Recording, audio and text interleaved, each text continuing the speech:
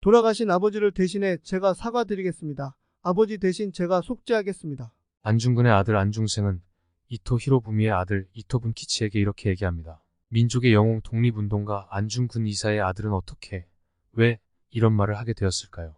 호부견자, 호랑이 아비의 개 같은 자식, 안중근 의사의 아들 친일파 안중생의 이야기 지금부터 시작합니다. 1909년 10월 26일 오전 9시경 하얼빈역에는 총성이 울려 퍼졌다.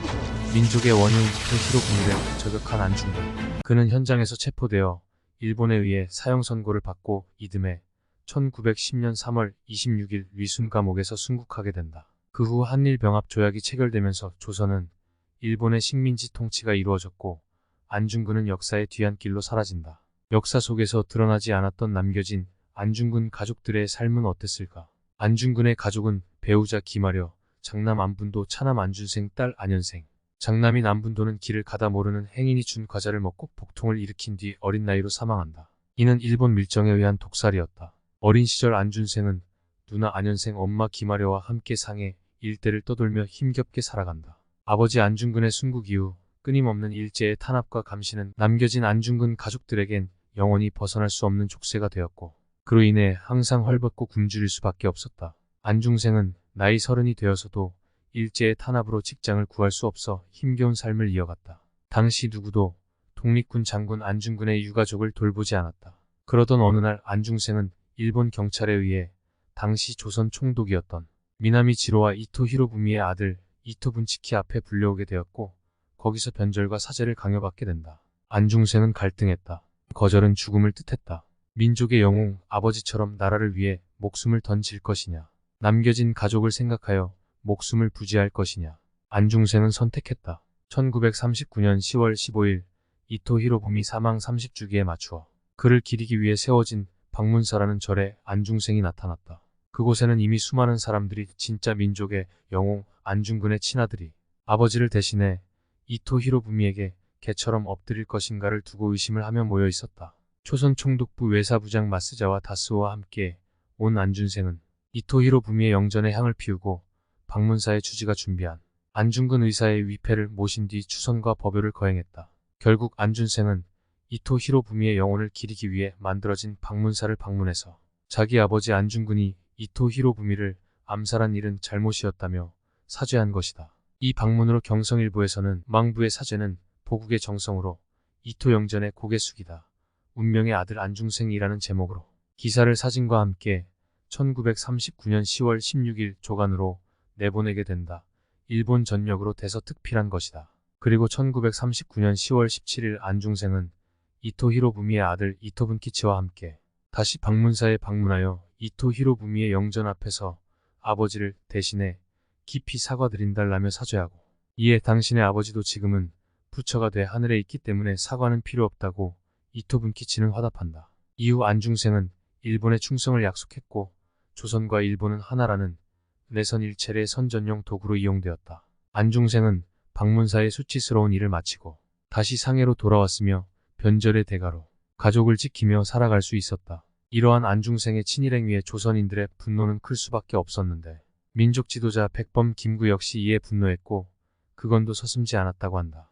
백범일지에 의하면 민족 반역자로 변절한 안중생을 체포해 교수형에 처하라고 중국 관원에게 부탁했으나 그들이 실행하지 않았다고 전해진다. 중국 역시 이토 히로부미의 악감정을 가지고 있던 차라 안중생을 반기지 않았고 그는 광복 이후 가족들을 미국으로 보내고 대한민국으로 돌아와 6.25 전쟁 중인 1951년 부산에서 폐결핵으로 세상을 뜨게 된다. 안중생의 아들인 안홍호 박사는 미국에서 의사로 성공적인 삶을 살다 비교적 최근인 2013년에 별세하였다. 독립운동가로 민족 영웅의 대접을 받았던 안중근의 자식이지만 이토 히로부미에게 사죄한 것으로 변절자, 친일파가 된 안중생은 다음과 같이 항변하였다. 호부견자라고 합디다. 호랑이 아비의 개 같은 자식이라고. 그럼 나더러 어쩌란 말입니까? 그 자리에서 제안을 단호히 거절하고 잡혀 죽었어야 했나요? 영웅 아버지처럼 위대하고 영광스럽게. 사실 아버지는 재판도 받고 가시는 날까지 시끌벅적하기라도 했지만 나는 알아주는 사람도 없고 그야말로 개죽음 아니었을까요? 내 형은 7살인지 10살인지도 모를 어린 나이에 왜 당해야 하는지도 모르고 독을 먹고 죽어버렸죠. 나도 그렇게 죽으란 겁니까? 아무도 기억 못하고 아무런 의미도 없는 그런 죽음을? 왜죠? 내가 안중근의 아들이어서? 왜 나는 안준생으로 살 수 없었죠? 왜 나는 내 삶을 선택할 기회도 없이 이런 운명에 던져져야 하죠? 아버지는 자신이 선택한 거잖아요. 그래서 죽은 거잖아요. 그런데 왜 나는 내 선택이 아닌 아버지의 선택 때문에 내 인생이 이렇게 통째로 망가져야 합니까? 나라를 팔고 아비를 판 더러운 자식, 친일파 변절자. 뭐라고 욕해도 상관없어요. 내가 괴로워할 때 아무도 내게 손 내밀지 않았잖아요. 나를 욕할 자격이 있는 사람은 한 명도 없어요. 그렇게 버려둘 때는 언제고 이제 와서 무슨 권리로. 내 아들은 의사입니다. 미국에서 제법 성공했고 주위 사람들의 존경과 사랑을 받으며 잘 살고 있어요. 내가 사람들의 경매를 받으며 모은 돈으로 가족을 부양한 덕분에 내 자식들은 사람답게 살 수 있었던 겁니다. 우습지 않나요? 영웅의 아들은 개같은 삶을 살고 그 변절자의 자식은 다시 성공하고 아버지는 나라의 영웅이었지만 가족에겐 재앙이었죠. 아버지 안중근은 나라를 지켰지만 아들 안중생은 가족을 지켰다. 이 영상을 준비하면서 오늘날까지 친일에 대한 의견은 분분함을 알 수 있었습니다. 친일에 대해 크게 생각해보면 일본에게 협력한 이들은 모두 친일인가?